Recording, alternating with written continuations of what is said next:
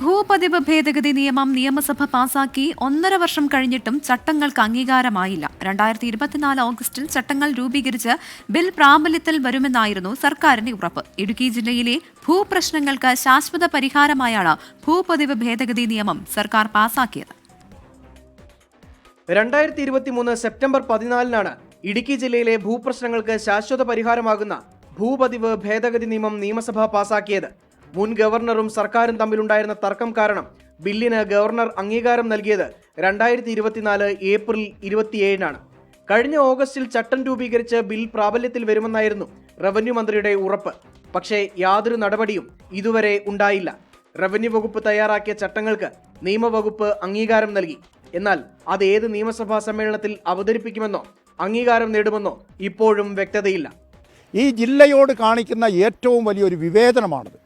കാരണം ബാക്കി 13 ജില്ലകളിലെ ആളുകൾക്കും 96 കിട്ടിയിരിക്കുന്ന പട്ടയത്തിൻ്റെ അല്ലെങ്കിൽ ആ നിയമത്തിൻ്റെ അടിസ്ഥാനത്തിൽ കിട്ടിയിരിക്കുന്ന പട്ടയത്തിന്മേൽ പൂർണ്ണമായ സ്വാതന്ത്ര്യം യാതൊരു നിയന്ത്രണവുമില്ലാതെ കൊടുക്കുമ്പോൾ ഇടുക്കിയിൽ മാത്രം നിയന്ത്രണം ഏർപ്പെടുത്തി മനുഷ്യനെ വരിഞ്ഞു മുറുക്കുന്ന ഒരു നടപടിയുമായി ഗവൺമെൻറ് മുമ്പോട്ട് പോകുന്നതിൽ യാതൊരു ന്യായീകരണവും അക്കാര്യത്തിൽ പറയാനില്ല. പട്ടയ വ്യവസ്ഥ ലംഘിച്ച് നിർമ്മിച്ച കെട്ടിടങ്ങൾ ക്രമവൽക്കരിക്കുന്നതിലെ തർക്കമാണ് ചട്ടം അംഗീകരിക്കുന്നതിന് നിലവിലെ തടസ്സം. ചട്ടരൂപീകരണം വേഗത്തിലാക്കിയില്ലെങ്കിൽ പ്രതിഷേധം ശക്തമാക്കുമെന്നാണ് പ്രതിപക്ഷത്തിന്റെയും കർഷക സംഘടനകളുടെയും മുന്നറിയിപ്പ്. രാഹുൽ വിജയൻ, 24 ഇടുക്കി.